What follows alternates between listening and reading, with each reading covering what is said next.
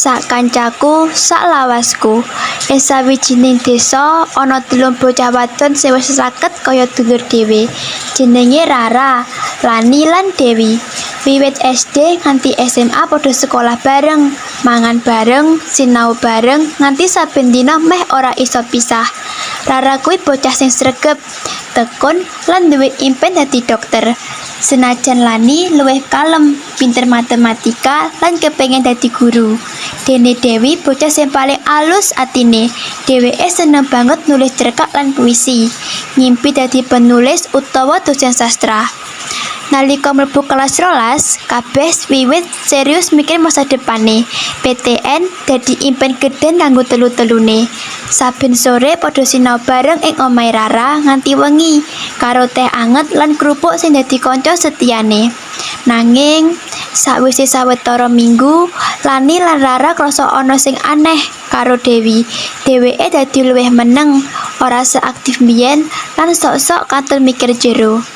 Siji sore, Lani nyedaki Dewi lan takon alus. "Wi, kowe nyapa to? Kok saiki kerep lamun ae? Ojo-ojo ana masalah karo wong tuamu ya?" Dewi mesem getir, banjur jawab lirih. "Ora Lan, aku mau mikir, nek aku kuliah wong tuaku kuwi iso sanggup ora ya? Aku ngerti ekonomi keluargaku ki angel. Wong bapakku mau buruh tani, lan ibuku mau dodolan jajanan ing pasar. Aku ora pengen nambah beban wong tuaku."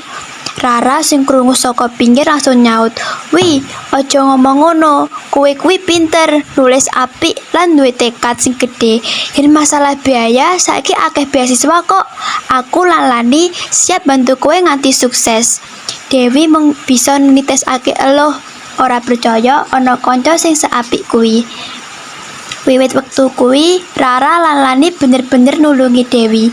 Saben ana informasi beasiswa, Rara sing paling semangat ngurusi dokumene. Lani sing paling jago komputer, ngiseni formulir online, lan benahi surat motivasi Dewi supaya bisa luwih apik. Dina demi dina liwat, ujian nasional wis rampung, tes PTN uga katindakake. Nanging ora kabeh iso santai amarga kabar beasiswa sing diarep-arep Dewi durung metu. Sasi sebanjure nalika pengumuman PTN metu, kabar nyenengake teka. Rara keterima ing Fakultas Kedokteran UGM. Lani keterima ing Pendidikan Matematika UNES. Nanging jenenge Dewi ora muncul ing daftar penerimaan PTN. Dewi langsung lungguh meneng, mripate kosong. Rara lan Lani padha melu sedih. "Aku wis ngerti, mungkin iki dudu dalanku," ujare Dewi lirih. Rara nyoba nyemangati, nanging Dewi tetep ora bisa nyegah tangise metu. Wulan Juli teka. Rara lan Lani wis siap-siap kuliah ing kutha sing beda-beda. Nalika pamitan ing terminal, Dewi ujug-ujug teka nganggo tas lawas lan amplop coklat sing wis rada lecek. Dewi mesem lirih, "Aku mung arep pamit lan matur nuwun kowe loro wis dadi kanca sing ora tau ninggalne aku. Senajan aku durung keterima ing endi-endi, aku tetep bangga duwe kanca kaya kowe loro."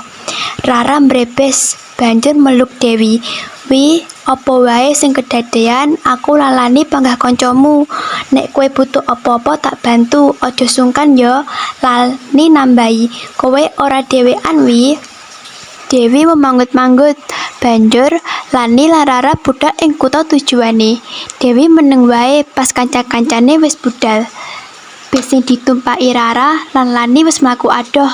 Senajan Dewi isih ning kono, Dewi meneng wae, banjur nghala napas dawa. Gang dilut, bis sing ditunggu-tunggu Dewi teka. "Aku ya pasti iso," ujare Dewi kanggo mantepake isi atine, banjur mlebu ing jerone bis. Saminggu mengko, Rara buka akun Instagram kampuse. Rara kaget, mripate langsung melek ombo. Ing kono ana foto wong sing ora asing, yaiku fotone Dewi nganggo alma mater karo goni khas alma mater UGM. Ing ngisor foto kuwi ana tulisan Dewi Kinasih, mahasiswa sastra UGM penerima beasiswa penulis Buddha. Rara nutup mulute gak percaya.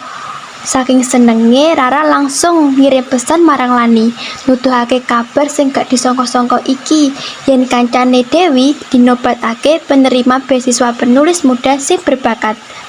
Ing sawijining dina, bocah telu iki mutusake kumpul bareng ing angkringan cedhak alun-alun kanggo ngrayakake kabar beasiswane Dewi.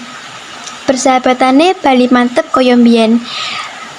Lan sore kuwi dadi bukti yen perjuangan ora tau sia-sia.